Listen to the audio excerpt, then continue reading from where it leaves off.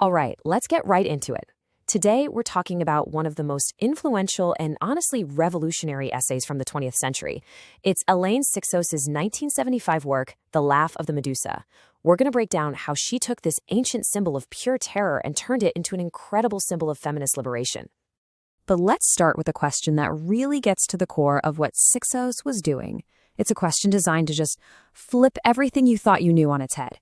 What if the monster, the one we've all been taught to run from, was actually the hero of the story? You know this face. We all do. It's Medusa. Snake hair, terrifying gaze that turns men to stone. For centuries, she's been the ultimate monster, right? A symbol of deadly femininity, a warning, someone to be defeated. That's the story we get told over and over again. But then, in 1975, the incredible French feminist thinker Elaine Sixos comes along and says, wait a minute, it's time to actually confront this myth. She had this wild idea. What if, instead of running away from the monster, we just looked her straight in the eye? And boom, with that one sentence, Sixos just completely dismantles the old story. Suddenly, everything changes. The monster we were told was so deadly, Sixos says no, she's beautiful. And that scream we all imagine, it's not a scream at all. She's laughing. And that laugh, well, that laugh is everything. So you might be asking, why was this so important? Why did Medusa need this kind of rebranding? Well, Sixos argued that for basically all of history, society has trapped women inside this kind of ideological cage, pinning them between what she called two horrifying myths. And here's the cage. On one side, you have the Medusa, woman as this terrifying, powerful threat that needs to be punished.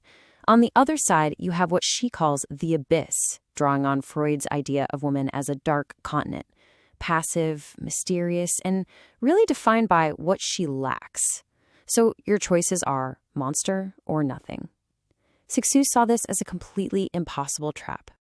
Okay, so if you're stuck in a prison made of ideas, how do you possibly get out? Sixos's answer was totally game-changing. She said the key, the tool for liberation, was a brand new way of writing. She gave it a name, écriture féminine, which just means feminine writing. Now, this isn't just about the author being a woman. It's about a whole new style. It throws out that rigid A to B to C logic that has dominated Western culture. Instead, it's a writing that's associative, free-flowing, a writing that comes directly from the body. And this is her famous call to arms. Write yourself. Your body must be heard. For Sixos, this was not some abstract academic theory. It was deeply, unapologetically physical. Writing becomes this act of reclaiming your own body, letting its feelings, its rhythms, its wisdom finally have a voice after being silenced for so long. But why is that so revolutionary? I mean, just writing from the body? Well, think about it. For thousands of years, so much of male-dominated philosophy and religion has taught that the body is bad, right? It's a distraction from some higher abstract truth. Sixos basically says that's a con.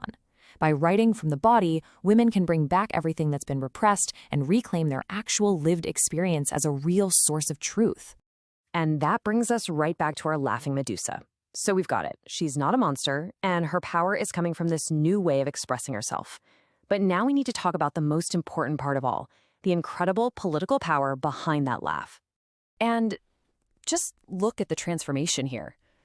The terrifying scream is gone. In its place, you see this knowing confidence. It's not terrifying anymore. She's still powerful. But now she's in control of her own story, not a victim of it. So we have to ask the big question. Why is she laughing? What's so special about this laugh? Because it's not just about being happy or finding something funny. No, it's something way more dangerous. And here's Sixos's absolutely explosive answer. Laughter is a weapon. It's a force that is designed to shatter the old world. A feminine text doesn't argue with the truth. It breaks it up with laughter. It doesn't negotiate with the law. It blows it up. So what's in the crosshairs? What is this laughter targeting? We're talking about the big stuff, the rigid structures of institutions, the law with a capital L, the idea that there's only one single masculine truth, all the social rules built on top of those things. Her laughter is revolutionary because it simply refuses to take any of it seriously anymore. And that really brings us to the ultimate point of this whole project. For Sixu, this isn't just about finding a new way to write poems or novels. It's about using that writing to actually build a different kind of world. And here she is. This is the final vision. Medusa, completely transformed. She's not a monster. She's not a victim. She is magnificent, powerful, and literally glowing with her own light. This image right here is what becomes possible when women are the ones telling their own stories. Sixos puts it perfectly. Writing is where change begins. It's that space where new, subversive ideas can start to grow. It's the first move you make before you can actually transform society. You have to write the change before you can live the change. So we'll end by turning this idea back to you. Now that you've seen how a powerful myth can be taken apart and rebuilt into something new, ask yourself, what so-called truth in your own world, what rigid rule, needs to be met not with a serious argument, but with the radical, revolutionary power of